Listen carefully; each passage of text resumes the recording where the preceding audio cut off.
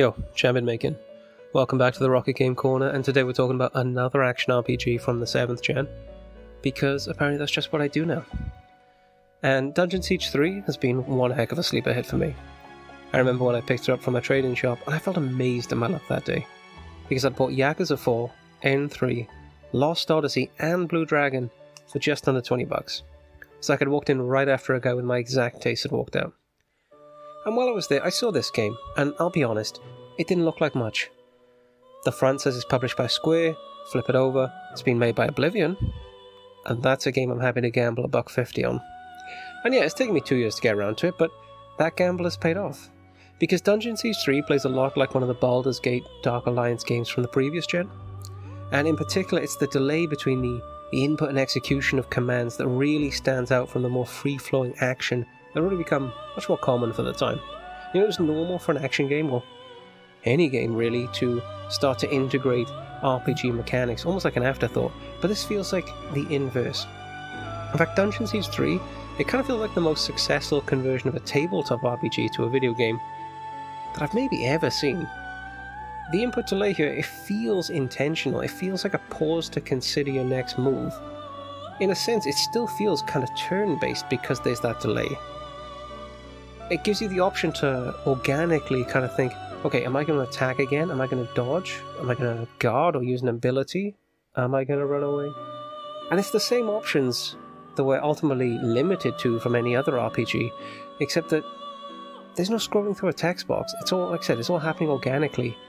And it's kind of brilliant when you get used to it. But it's the writing in this game that really feels like it's been crafted by an expert DM. And I'll give a couple of examples here of how the lore of this world is so well written and so well realized. So, in one early dungeon, one of the books you find lying around, it warns you that if you destroy the certain item that you happen to be here to destroy, then the magic within it is going to be released, and it'll sort of redirect, it'll channel itself into the mage that the item is currently tethered to, i.e. the boss you're about to fight. So, as players, we now have a choice whether or not we destroy that item. And so it feels like we have this genuine impact on the world we're participating in, and the clues are made available in the surrounding environment if you choose to look for them. Drive all the mercenaries out of a certain town, and their encounters stop spawning around that area. Player agency, it's a beautiful thing. I couldn't even give you spoilers for the ending because it's a combination of all the choices, big and small, that you made along the way. And similarly, conversations with NPCs, they don't feel like a chore. They have branch options, similar to how they did in Fallout New Vegas, but they're sensible to the current context while also not being railroady. Like, I hate the branch options in Persona games because they're all literally the same option. There's not even the illusion of choice. By contrast, here, depending on what quest you've been given, you'll be given options to ask about the surrounding area, the logistics of what you've been asked to do, how various factions might feel about it, and there's always this slight undercurrent that the NPC could be mistaken, they might not be able to perceive what the actual outcome might be, or they could be withholding that information for their own ends. And again, this is a level of depth you'd expect from a tabletop RPG. And one of the things you often hear people ask about when it comes to sequels is whether it's safe to jump in at that point, or better to wait to play the others first. And honestly, it's totally fine to start your Dungeon Siege journey here. It's an entirely self-contained story. The events of the first game, the Sec Uprising, they're the history of the world, and there's plenty of lore dumps around to read and piece together the history, and I recommend you do, because again, the writing is great. But I also managed to get by in the real world without really knowing all that much about the Greco-Persian Wars, because the history is past and we live in the present. Now, one thing to keep in mind though is that Dungeon Siege 3 is a pretty hard game. Like, I was just playing on the mid difficulty, and it's a pretty, especially at the beginning, pretty hard game. Save points are everywhere, literally minutes from one another. And this has two major benefits. The first is that it kind of duplicates that one more turn phenomenon from a Civ game, because you can spare another couple of minutes to reach the next save, right? But they're also necessary because you may wipe from any encounter, control the crowd poorly, and you'll take a dozen attacks before you effectively get your next turn. And with the way this game handles healing, that's a big deal. Because remember when Blood Bowl came out and it turned Souls players on their head, completely taken aback that aggression was the new name of the game, One of the primary facilitators that mechanically was the ability to recuperate scratch damage through attacking enemies. Well, Dungeon Siege 3 is like that, but like 100-fold harder. Because there's no potions, there's no regen from armor that I've found. Sometimes enemies will drop a HP orb, but you'd need to get a kill to recover. There's some weapons with lifesteal, so you need to attack enemies to recover. Or there are healing abilities, but to cast those abilities you need focus, they're MP. And again, the only way to recover focus is to attack enemies. It's a brutal game considering enemies often attack in large numbers and with ranged units. Now the game also respawns encounters way too quickly for my liking. I found it very, very frustrating. You know, it can be good when you're just on your way back from a side quest. Maybe you want one, maybe two encounters so the traversal is not just this boring, uneventful walk. But you also want to feel that the path that you've cleared on your way here is going to remain largely cleared. Because otherwise, what was the point of fighting them the first time?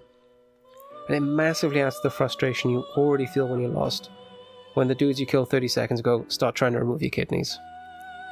Now, fortunately, you won't be playing for too long before you gain a travelling companion to ease some of that combat burden.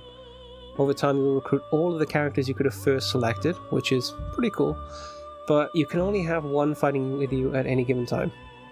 And while they can do some decent DPS and hopefully draw a little aggro, their AI is not really very good and rarely treats reviving you as a priority. Now, the game is intended for co-op play, sure, but this is still something that could have been improved upon. Now, why the game is called Dungeon Siege, I do not know. There is very little sieging and quite a lot of crawling. And the dungeon crawls here, they come with so much loot. Luckily, this game has one little touch that I think is awesome. And it's called the transmute system, and it basically just means you can sell stuff without a vendor. You'll get less gold, but you get more than if you just had to drop the loot because your inventory was full. Now again, this is a tiny feature, but given how much of the gameplay loop is dependent on the hunt for loot, finding a way to make it that little bit more rewarding is a great touch, I think. The game's dungeons are also great at avoiding negative possibility space, which is to say that whenever you go off the beaten track, there is always a reward for you, a chest, a quest item, something. You never feel like you wasted your time when you took a wrong turn, which you will often do if you're as directionally challenged as me, because the game does not have a full map. There's only this mini-map in the corner, and there's no pointer to the next quest marker, as we've become a bit too accustomed to these days. But that is especially weird, because for some reason you can select active quests in the menu screen, so again, why you're able to do that without some sort of quest marker, I don't know. Now, to beat a single playthrough of the game, it took me about 12 hours, but that was doing every side quest, reading all the lore, doing a little extra grinding to reach the max level. Yeah, I wanted those trophies. Without doing all of that, you could probably beat the game in half that time, which is kind of what the game is all about. You come home from work or from school, your friend comes around with the snacks, you sit down on the couch, you fight robots and skeletons, goblins till the sun comes up. Next week you do it again, but this time you pick different characters, or you build the character that you like a little differently. And the game also, it has a single DLC. It's only $3, but it adds a substantial amount of extra content. I just wanted to mention it because, you know, it's a good example of either DLC or, again, it's so little, it's cheaper than some microtransactions these days. So, yeah, I think it's just quickly worth mentioning. I also want to quickly mention the graphics as well, because it's a pretty damn good looking game. And it always just amazes me how good the games released late in the PS3 lifecycle can look. Because, yeah, sure, by now, games look insane by comparison. But I've always thought this was the point where 3D games never really needed higher resolutions or more fancy rendering tricks. Just a little vision and a little elbow grease to fulfill that vision. All they really did here to get this great look, basically, was put this sense of verticality in the maps, and all they had to do for that, most of the time, was make sure that the plane you walked along was seldom the ground floor within the architecture of the area. It's just a little vision, and it gives the game this huge visual character. So my overall take on this game, honestly, it's fantastic. And I just kind of get the vibe that no one was really giving this a fair shot at the time of release. Apparently it plays very differently to the predecessors in the series, and got a lot of flack from the fan base for that. The critic scores at the time were also on the upper end of middling, and I just can't agree with that. I mean, yeah, it's got its problems, sure, but at what this game does, it's exceptional. Oblivion have basically made the best PS2 game released on the PS3. And I'd say, the next time you're in the wild and you see this going for next to nothing, you'd be doing a collection of disservice to sleep on this. So what do you think of Dungeon Siege 3? Have I convinced you to give it a go? Maybe you played the prequel games and have strong opinions about its departure? Let me know down below.